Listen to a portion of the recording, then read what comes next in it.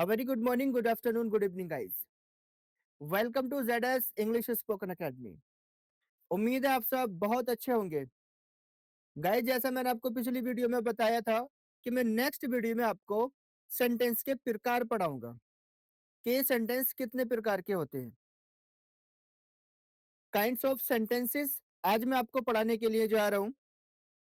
आज हम इन kinds of sentences को यानी कि ये सेंटेंसेस कितने प्रकार के होते हैं सबको एक एक करके समझेंगे, एग्जाम्पल के साथ समझेंगे। मैं कोशिश करूंगा आपको बहुत अच्छे से समझाने की, ताकि आपको एक एक चीज क्लियर हो जाए, आपको समझ आ जाए ये सेंटेंस के प्रकार क्या होते हैं। जैसे मैंने पिछली वीडियोस में आपको पढ़ा दिया था ये सेंटेंस क्या होता है। अब इसी सेंटेंस के आज हम प्रकार पढ़ेंगे। गाइस, सेंटेंस 5 प्रकार के होते हैं। अगर हम दूसरी ओर से देखें तो सेंटेंस 3 प्रकार के भी होते हैं। अब जो 5 प्रकार के सेंटेंस होते हैं, माना वो क्लासिफिकेशन 1 है, और जो 3 प्रकार के सेंटेंसेस होते हैं माना वो क्लासिफिकेशन 2 है। अब हम क्लासिफिकेशन 1 की बात करेंगे, जिसमें सेंटेंस 5 प्रकार के होते हैं। इसमें कौन कौन से सेंटेंसेस होते हैं वो मैं आपको बताने के लिए जा रहा हूँ। 5 प्रकार के सेंटेंसेस में सबसे पहले नंबर पर रखा गया है असर्टिव सेंटेंस को, जिसको हम डेक्लेरेटिव सेंटेंस भी कहते हैं। दूसरे नंबर पर रखा गया है इंटेरोगेटिव सेंटेंस को। तीसरे नंबर पर रखा गया है इंपेरेटिव सेंटेंस को। चौथे नंबर पर रखा गया है एक्सक्लेमेटरी सेंटेंस को। और 5वें नंबर पर रखा गया है ऑप्टेटिव सेंटेंस को। अब ये assertive, interrogative, imperative, exclamatory and optative ये सेंटेंस होते क्या हैं? इन सेंटेंसेस में हम क्या सीखेंगे? ये सेंटेंस कैसे कैसे हमें किसी चीज के बारे में जानकारी देंगे, ये सब आज हम डिटेल में समझेंगे। मैं इनकी डेफिनेशन भी आपको लिखवाऊंगा। पहले मैं आपको ओरली समझाई देता हूँ। देखिए, असर्टिव सेंटेंस क्या होता है। असर्टिव सेंटेंस को हम डेक्लेरेटिव डेक्लेरेटिव सेंटेंस भी कहते हैं, जिसका हिंदी में मीनिंग होता है कथनवाचक वाक्य। यानी कि ऐसा वाक्य जो किसी चीज के बारे में कोई कथन देता है, कोई घोषणा करता है, कोई सूचना देता है, ऐसे वाक्यों को हम असर्टिव सेंटेंस कहते हैं। अभी असर्टिव सेंटेंस को दूसरी भाषा में अगर हम समझें तो कह सकते हैं ऐसे वाक्य जो किसी चीज के बारे में पॉजिटिव या नेगेटिव जानकारी देते हैं, आइडिया देते हैं, ऐसे सेंटेंसेस को हम असर्टिव सेंटेंस कहते हैं।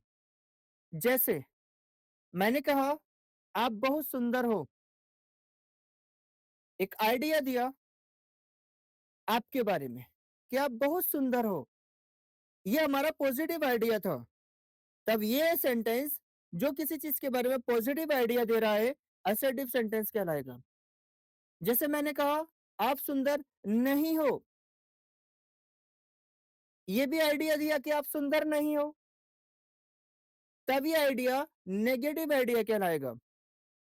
तब ऐसे सेंटेंस जो नेगेटिव आइडिया देते हैं असर्टिव सेंटेंस कहलाते हैं। ये पॉजिटिव और नेगेटिव दोनों प्रकार के होते हैं। जब ये पॉजिटिव होगा तब ये अफर्मेटिव बन जाता है, सकारात्मक बन जाता है, और नेगेटिव होता है तब ये नकारात्मक बन जाता है। ये था हमारा असर्टिव सेंटेंस। अब दूसरे नंबर पर है हमारा इंटेरोगेटिव सेंटेंस। ये इंटेरोगेटिव सेंटेंस क्या होता है? इंटेरोगेटिव सेंटेंस का हिंदी मीनिंग होता है प्रश्नवाचक वाक्य। ये प्रश्न करता है, एक सवाल करता है। ऐसे वाक्य जो किसी चीज के बारे में सवाल करते हैं इंटेरोगेटिव सेंटेंस कहलाते हैं। अब सवाल भी हम दो तरीके से करते हैं। उन जब दो तरीके से सवाल करते हैं उनका जवाब एक तो हमें हाँ और ना में मिल जाता है, और एक में हमें रीजन पूछना होता है, रीजन देना होता है। माना जिसमें हाँ और ना में जवाब मिलता है वो फर्स्ट टाइप है, और जिसमें रीजन से हमें जवाब मिलता है वो सेकंड टाइप है। एक एग्जांपल लिए लेते हैं। मैंने कहा क्या आप इस स्कूल में पढ़ने के लिए जाओगे? आपने कहा हाँ। पूरा जवाब मिल गया सिर्फ यस बोलने से। मैंने कहा क्या आप स्कूल में पढ़ने जाओगे? आपने कहा नहीं। पूरा जवाब मिल गया सिर्फ नो बोलने से। एक कंडीशन तो ये है। अब दूसरी कंडीशन क्या है जिसमें बिना रीजन बताए कोई जवाब ही नहीं मिलता। मैंने कहा आप स्कूल पढ़ने क्यों जाओगे? आपने कहा हाँ। क्या ये जवाब था? नहीं। सवाल देखो, क्यों जाओगे? रीजन पता कर रहा है। तब आपको रीजन बताना होगा। हाँ कहने से या ना कहने से आंसर नहीं मिलेगा। हाँ या ना कहने से आंसर तो पहले टाइप में मिल गया हमें, जिसकी शुरुआत वाक्य की क्या से हुई थी। क्या आप स्कूल जाओगे? हाँ या ना। यानी पता चला कि जिन हिंदी वाक्यों की शुरुआत हिंदी के क्या शब्द से होती है, इस प्रकार के वाक्यों का जवाब हम हाँ और ना में दे सकते हैं और देते भी हैं। अब पता चला दूसरे टाइप में हमें रीजन बताना होता है।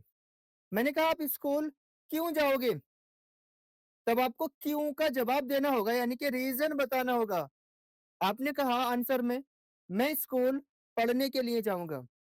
जवाब मिला, यानी पता चला इंटेरोगेटिव सेंटेंसेस हमारे दो तरीके से सवाल करते हैं, जिनका जवाब हमें दो तरीके में ही मिलता है। एक तो हाँ ना में मिल जाता है और एक में रीजन बताना पड़ता है। इसीलिए हमारे एक्सपर्ट टीचर्स ने इनको इंटेरोगेटिव फर्स्ट टाइप और इंटेरोगेटिव सेकंड टाइप भी रख दिया है।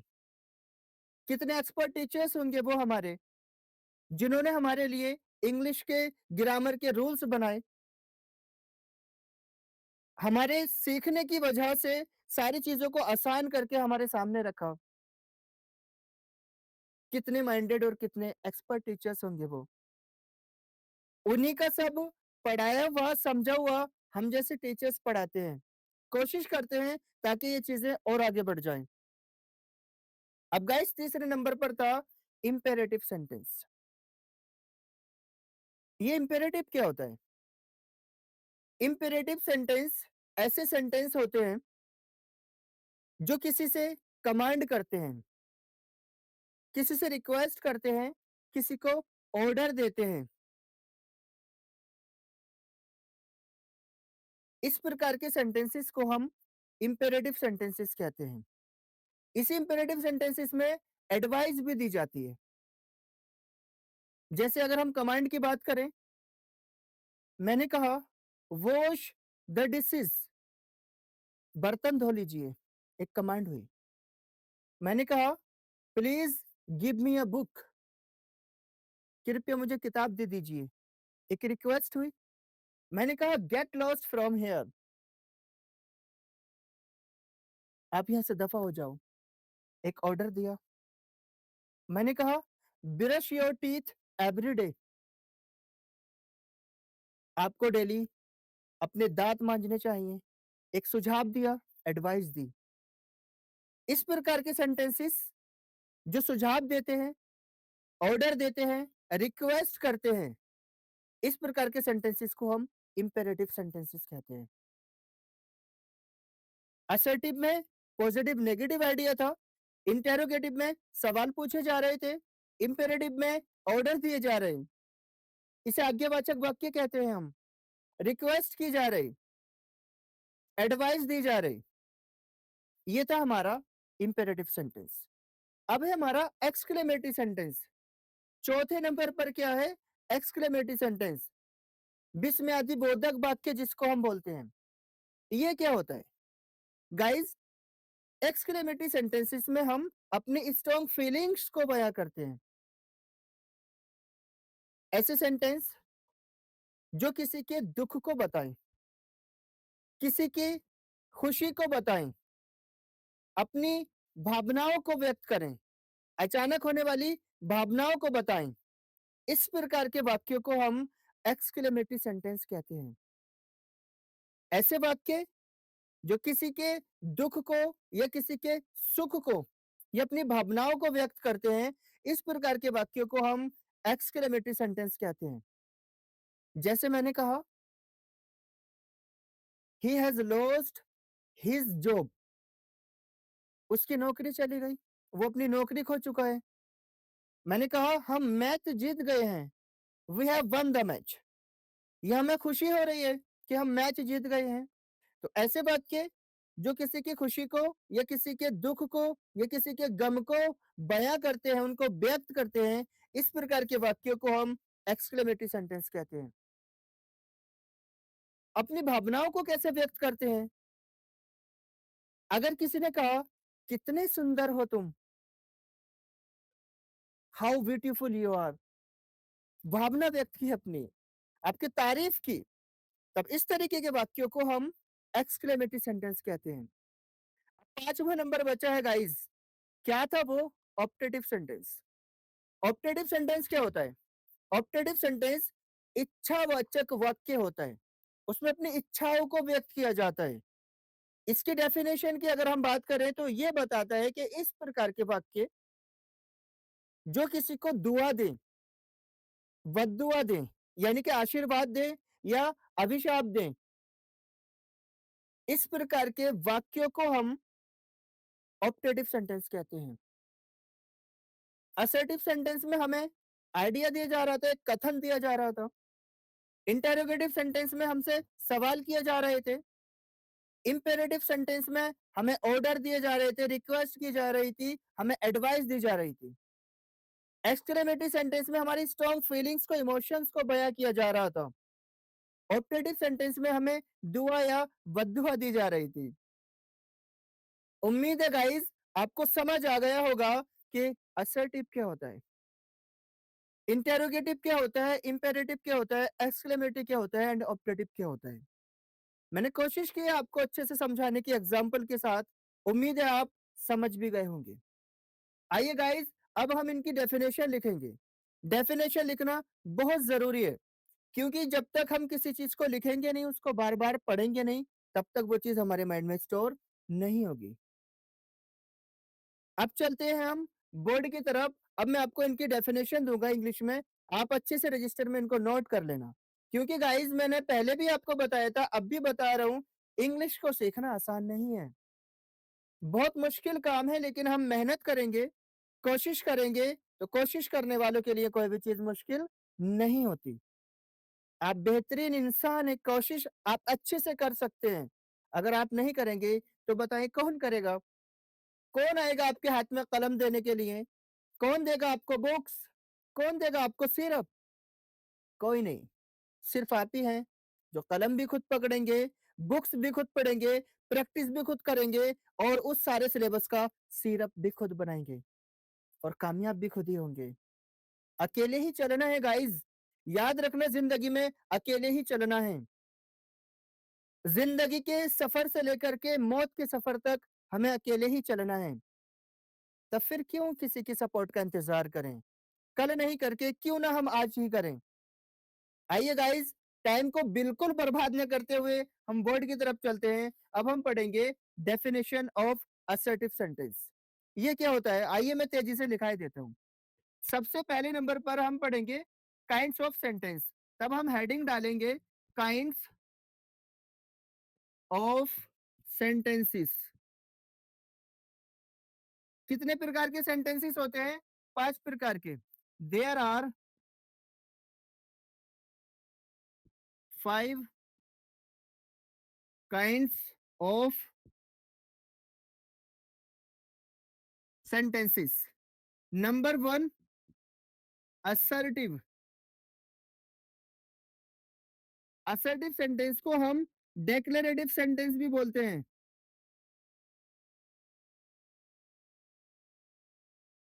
Declarative sentence, right? इनका हिंदी मीनिंग होता है कथनवाचक वाक्य। दूसरे नंबर पर था हमारा इंटेरोगेटिव सेंटेंस।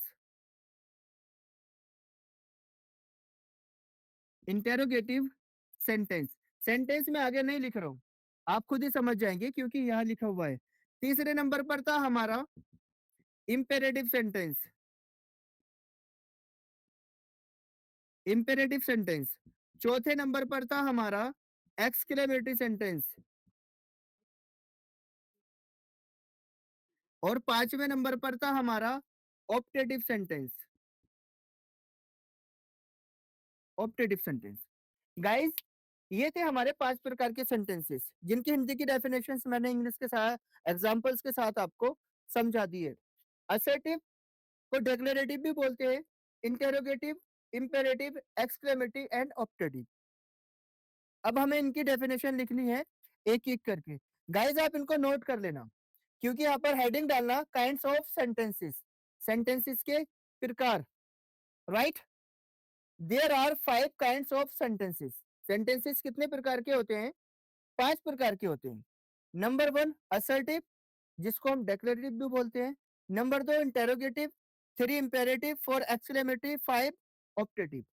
ये थे हमारे kinds of sentences,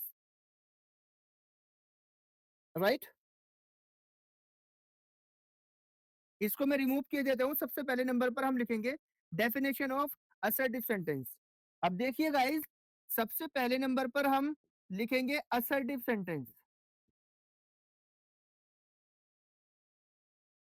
assertive sentence, ये असर्टिव सेंटेंस क्या होता है, इसकी डेफिनेशन क्या होती है? तब तेजी से लिखे लेते हैं। अ sentence which makes a statement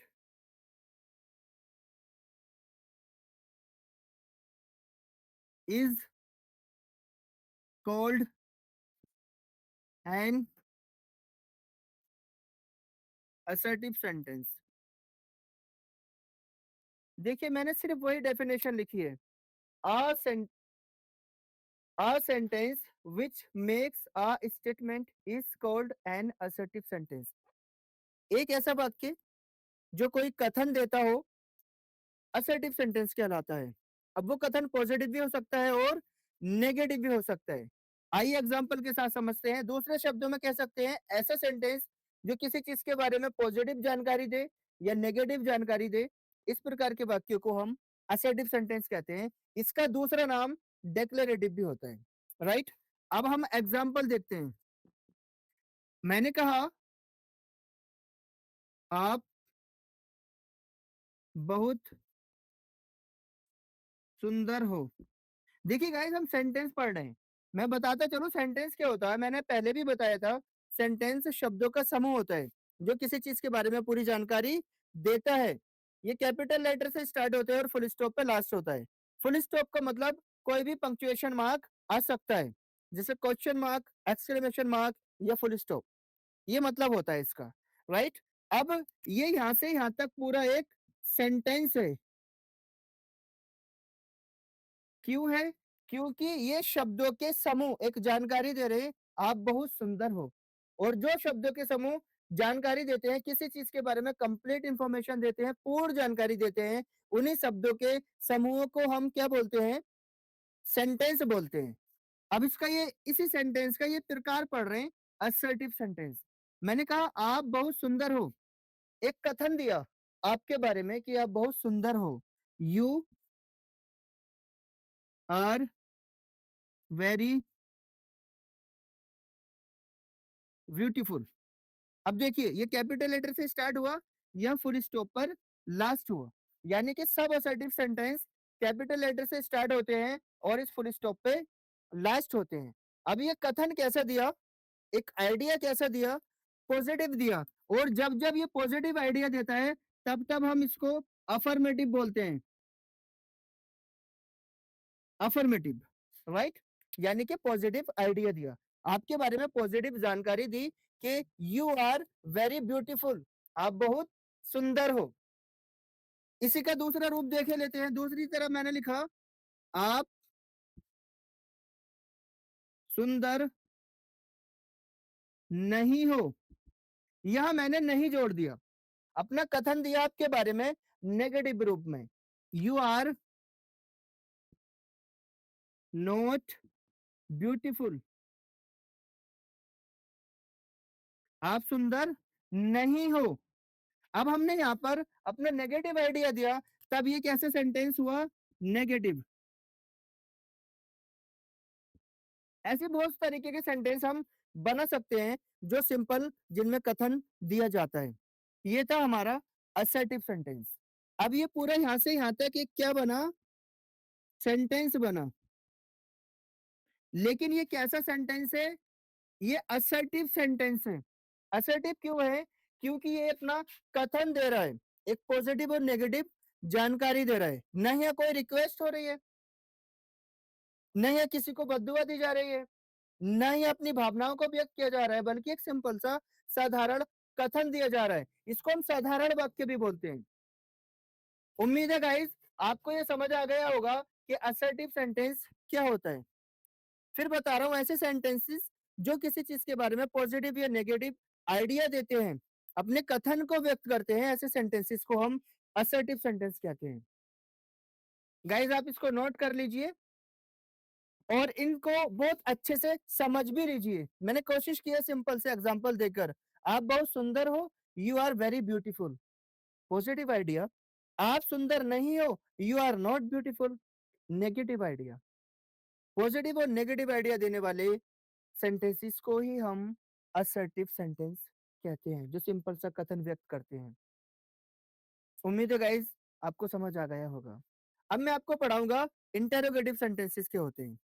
आइए तेजी से उसकी भी डेफिनेशन लिखे लेते हैं। देखिए दूसरे नंबर पर हमें पढ़ना है इंटेरोगेटिव सेंटेंस। इंटेरोगेटिव सेंटेंस, ये इंटेरोगेटिव सेंटेंस क्या होते हैं मैंने आपको डेफिनेशन में अभी बता ही दिया है। फिर बता रहा हूं ऐसे वाक्य जो सवाल करते हैं इंटेरोगेटिव सेंटेंस कहलाते हैं। वही चीज सिर्फ डेफिनेशन के रूप में लिखनी है। इसकी डेफिनेशन होगी अ sentence which ask question is called interrogative interrogative sentence.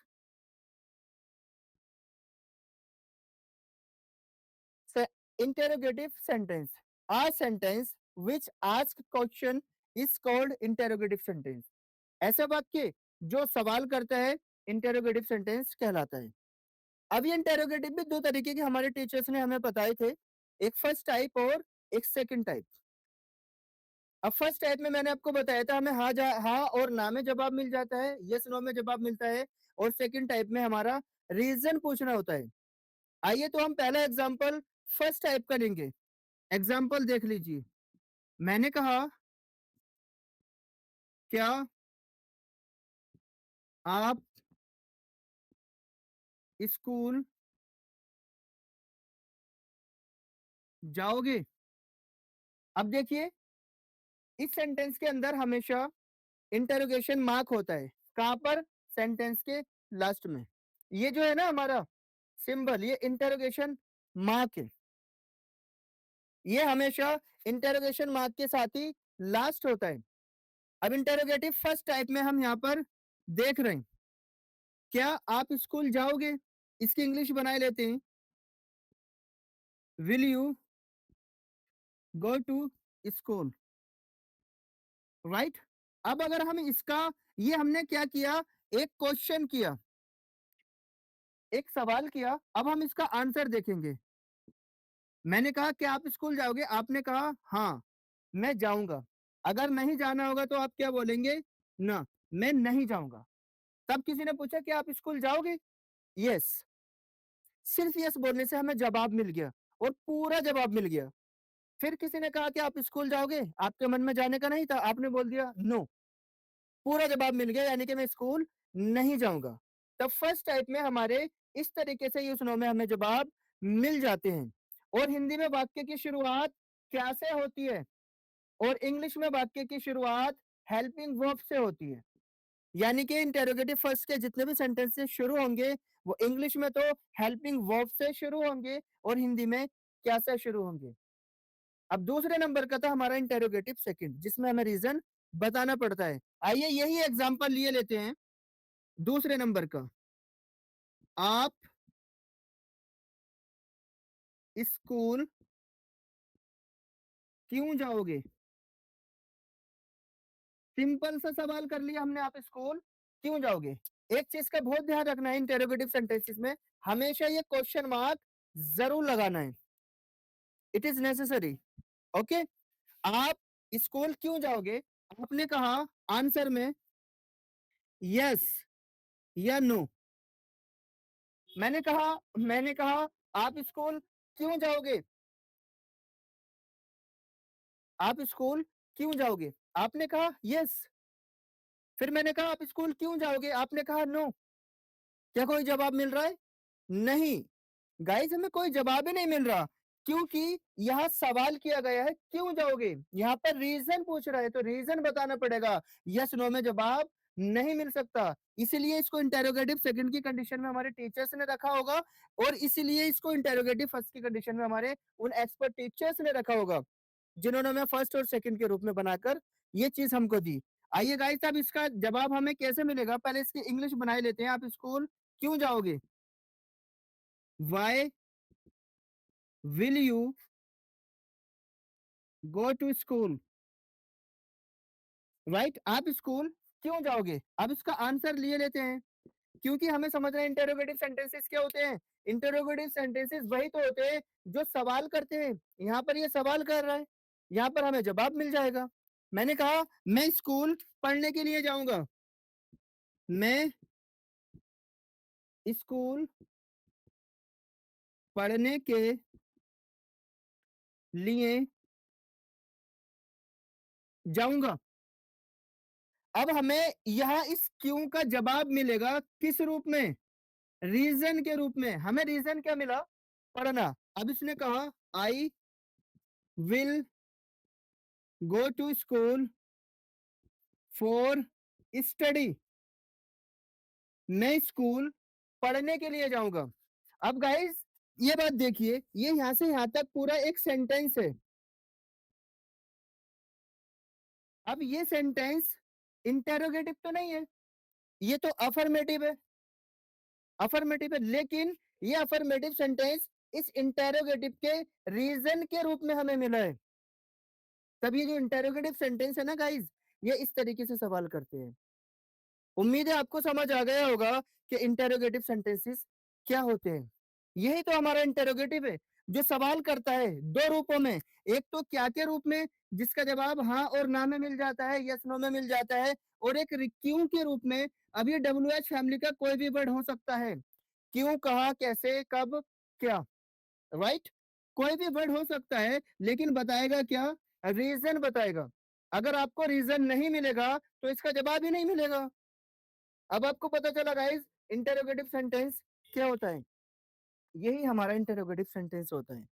उम्मीद है आपको अच्छे से समझ में आ गया होगा। अब हम तीसरे नंबर का पढ़ेंगे। तीसरे नंबर पर क्या था, इंपेरेटिव सेंटेंस।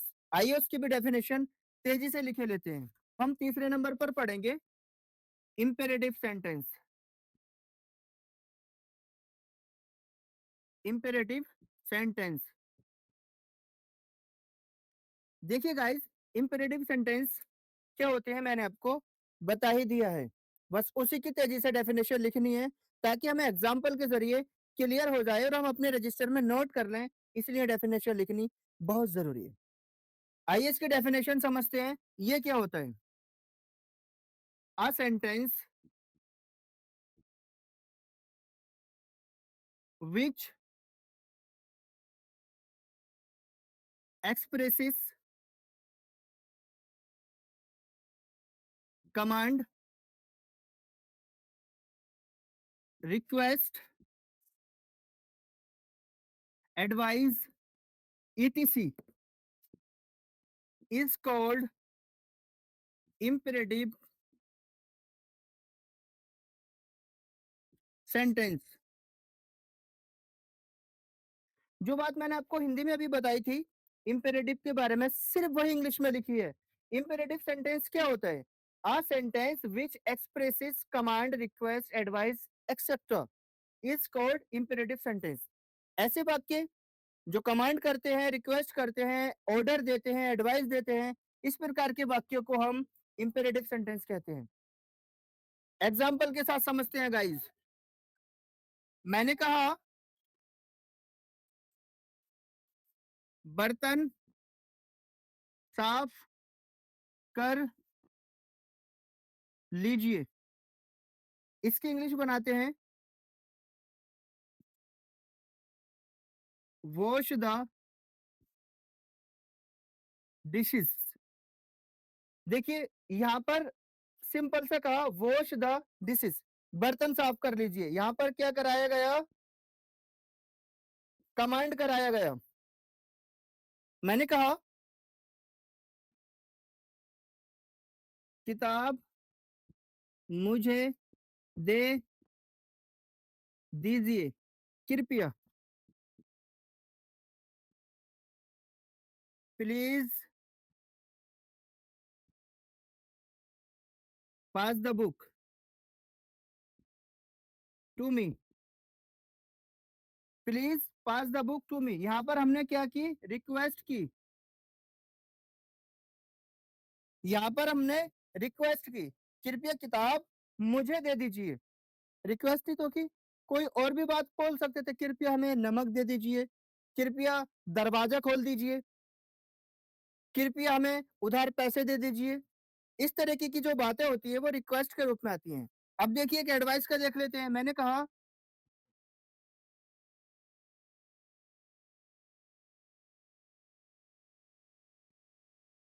अपने दांत रोजाना साफ करो, ब्रश योर टीथ एवरीडे। देखिए यहां पर हमने क्या दी, एक एडवाइस दी, एक सुझाव दिया कि आप अपने दांत रोजाना साफ करो, ब्रश योर टीथ एवरीडे। यहाँ पर वॉश द डिशेस, यहाँ पर हमने कमांड कराई थी। अगर मैं कहूं आप यहां से दफा हो जाओ, गेट लॉस्ट फ्रॉम हियर, एक ऑर्डर दिया, please pass the book to me, मुझे किताब दे दीजिए। यहाँ पर हमने रिक्वेस्ट की, यहाँ पर एडवाइस दी, यहाँ पर कमांड किया। इस तरीके के सेंटेंसेस हमारे इंपेरेटिव सेंटेंसेस होते हैं गाइस। उम्मीद है आपको ये समझ में आ गया होगा कि इंपेरेटिव सेंटेंस क्या होते हैं। आइए गाइस अब हम अगला पढ़ेंगे कि ये एक्सक्लेमेटरी सेंटेंस क्या होते हैं। जैसे मैंने आपको अभी डेफिनेशन में बता दिया था कि ये स्ट्रॉन्ग फीलिंग्स को बयां करते हैं, अपनी खुशी को बताते हैं, अपने दुख को बताते हैं। इस तरीके के सेंटेंसेस को हम एक्सक्लेमेटरी सेंटेंसेस कहते हैं। अब हम उसी की डेफिनेशन लिखेंगे, आप इसको नोट कर लें। हम अगली डेफिनेशन लिखेंगे exclamatory sentence.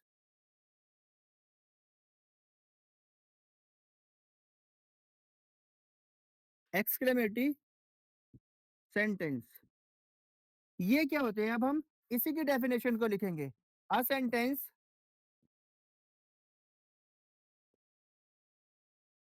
which expresses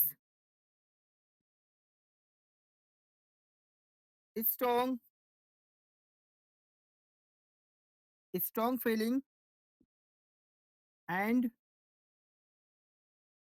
emotion about happiness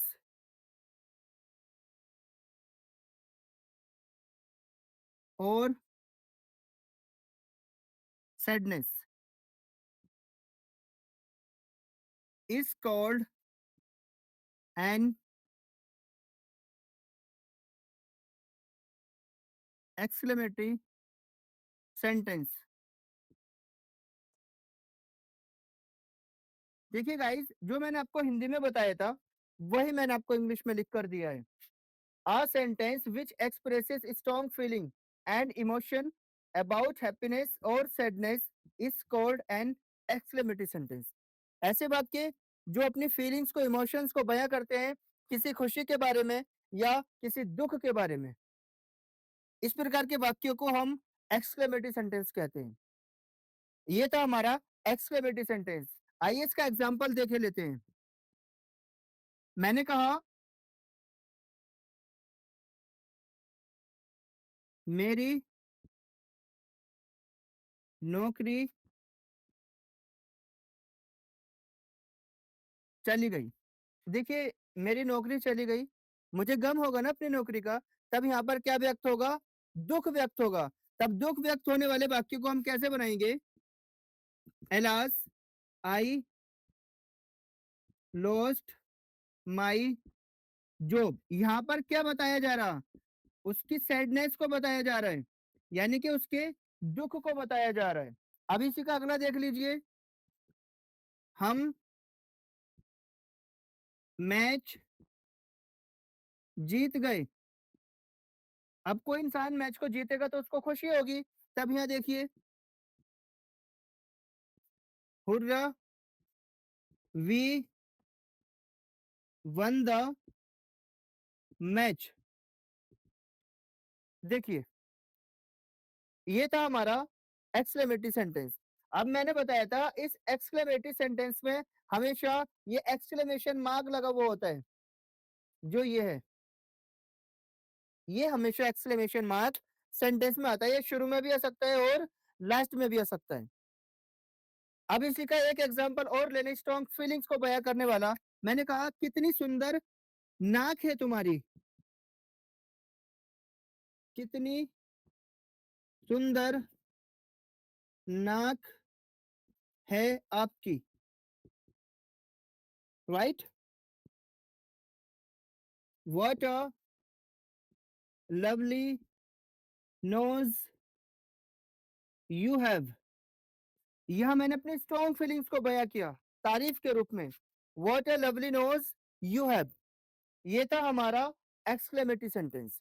ऐसे सेंटेंस जो किसी दुख को व्यक्त करें या किसी के सुख को बताएं, ऐसे सेंटेंसेस को हम एक्सक्लेमेटरी सेंटेंस कहते हैं। गाइस, आप इसको नोट कर लेना। कोशिश रहेगी कि आपको अगला वाले भी और अच्छे से मैं समझा दूं, ताकि आपको ऑप्टेटिव भी समझ में आ जाए। हमने असर्टिव पढ़ा, इंटेरोगेटिव पढ़ा, इंपेरेटिव पढ़ा। अब ये था हमारा चौथे नंबर पर, ये हमारा चौथे नंबर पर था एक्सक्लेमेटरी सेंटेंस। अब हम लास्ट वाला पढ़ेंगे, ऑप्टेटिव सेंटेंस। ये ऑप्टेटिव सेंटेंस क्या होता है? आइए गाइस, उसको भी तेजी से लिखे लेते हैं। Number 5, optative sentence. Optative sentence, ये ऑप्टेटिव क्या होते हैं? मैंने बताया था कि ऐसे सेंटेंस जो किसी को दुआ देते हैं या बद्दुआ देते हैं, अपनी इच्छा को व्यक्त करते हैं, ऐसे सेंटेंसेस को हम ऑप्टेटिव सेंटेंस कहते हैं। आइए देखे लेते हैं इसकी definition. A sentence which expresses prayer, keen, courage, wish, is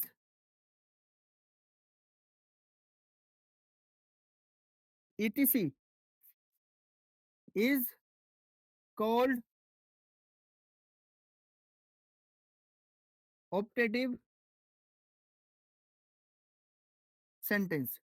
ऐसे सेंटेंस जो प्रेयर को, कीन को, कर्ज को, विश को बताते हैं, दुआ या बद्दुआ देते हैं, ऐसे सेंटेंसेस को हम ऑप्टेटिव सेंटेंसेस कहते हैं। दूसरे शब्दों में कह सकते हैं, जो ब्लेसिंग्स देते हैं, बोन के रूप में, वरदान के रूप में, या कर्ज के रूप में, बद्दुआ के रूप में, ऐसे सेंटेंसेस को हम ऑप्टेटिव सेंटेंस कहते हैं। आइए एग्जांपल देखे लेते हैं इसका। जैसे मैंने कहा, आपकी उम्र लंबी हो, आपकी उम्र लंबी हो, राइट? यह मैंने क्या दी? दुआ दी। May you live long, right? यह मैंने उसको क्या दी? प्रेयर की, उसके लिए दुआ की, राइट? अब दूसरे नंबर पर मैंने कहा, आप एग्जाम में फेल हो जाओ। मैंने यहां पर उसको क्या दी? बद्दुआ दी। May you fail in the exam, मैंने इसमें उसको क्या दी? एक बद्दुआ दी। इस तरीके के बहुत सारे सेंटेंसेस हैं, जो हम एक दो एग्जांपल और लिख लेंगे अभी। ईश्वर आपका भला करे, इसका मे गॉड ब्लेस यू। ये था गाइस हमारा ऑप्टेटिव सेंटेंस। जो हमने 5 प्रकार के सेंटेंस पढ़े थे, assertive, interrogative, imperative, exclamatory and optative. वो पांचों के पांचों प्रकार के हमने डेफिनेशंस भी लिख ली है एग्जांपल्स के साथ। उम्मीद है गाइस आपको ये सारी चीज समझ आ गई होगी। ये इतने से ही एग्जांपल्स नहीं है, इस तरीके के हजारों एग्जांपल्स और हैं। आपको समझना ये है, जहां पर दुआ की और बद्दुआ की बात होगी या विश की बात होगी, वहां पर हम ऑप्टेटिव सेंटेंस के रूप में देखेंगे। जहां पर हमारी दुख की और खुशी की बात होगी, स्ट्रॉन्ग फीलिंग्स की बात होगी, वहां पर हम एक्सक्लेमेटरी के रूप में देखेंगे। जहां पर ऑर्डर दिया जाएगा, कमांड कराया जाएगा, रिक्वेस्ट की जाएगी, वहां पर इंपेरेटिव के रूप में देखेंगे। जहां पर सवाल किए जाएंगे, इंटेरोगेटिव के रूप में देखेंगे। जहां पर सिर्फ कथन दिया जाएगा, वहां पर हम असर्टिव के रूप में देखेंगे। ये था क्लासिफिकेशन 1 का 5 प्रकार का सेंटेंस का रूप। उम्मीद है गाइस आपको ये सारी चीज समझ आ गई होगी। इससे पहले वीडियो में मैंने आपको बता दिया था ये सेंटेंस क्या होता है।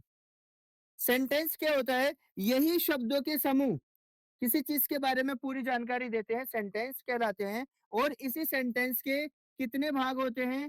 5। वो कौन कौन से थे? वो यही थे, assertive, interrogative, imperative, exclamatory and optative. ये था गाइस आपका सिलेबस। मैं नेक्स्ट वीडियो में आपको इसका क्लासिफिकेशन 2 पढ़ाऊंगा, वर्गीकरण 2 पढ़ाऊंगा, जिसमें हम 3 तरीके के सेंटेंस और पढ़ेंगे, जिनको हम सिंपल सेंटेंस, कंपाउंड सेंटेंस और कॉम्प्लेक्स सेंटेंस के नाम से जानते हैं। उनको भी हम पढ़ेंगे गाइस। नहीं तो कंफ्यूजन हो जाता है हमारे बीच कि कोई टीचर्स बताते हैं कि सेंटेंस 5 प्रकार के होते हैं, कोई टीचर्स बताते हैं सेंटेंस 3 प्रकार के होते हैं। गाइस 5 प्रकार के भी होते हैं और 3 प्रकार के भी होते हैं। माना ये क्लासिफिकेशन हमारा 1 था, जिसमें हमने 5 प्रकार के पढ़े। अब हम क्लासिफिकेशन 2 पढ़ लेंगे, वो हमारे 3 प्रकार के होंगे। इसलिए दोनों अपनी जगह सही हैं। उम्मीद है गाइस आपको ये सारा कुछ समझ में आ गया होगा। कहीं भी अगर आपको समझ में नहीं आया है, आप कमेंट करके मुझे बता सकते हैं। मैं कोशिश करूंगा आपको अच्छे से और समझाने की। अगर आप चैनल पर नए हैं या आपने चैनल को सब्सक्राइब नहीं किया है, तो प्लीज आप चैनल को सब्सक्राइब कर लीजिएगा, बेल आइकन को प्रेस कर लीजिएगा, ताकि आपको आगे की ऐसी ही जानकारी मिलती रहे। आज के लिए यही काफी है गाइस। बस इतना कहूंगा, अगर कामयाबी चाहते हो तो अपने कंफर्ट जोन से बाहर निकलिए, त्याग दीजिए अपने हर सुकून को। याद रखना, सुकून त्याग करके ही हमें सुकून मिलता है।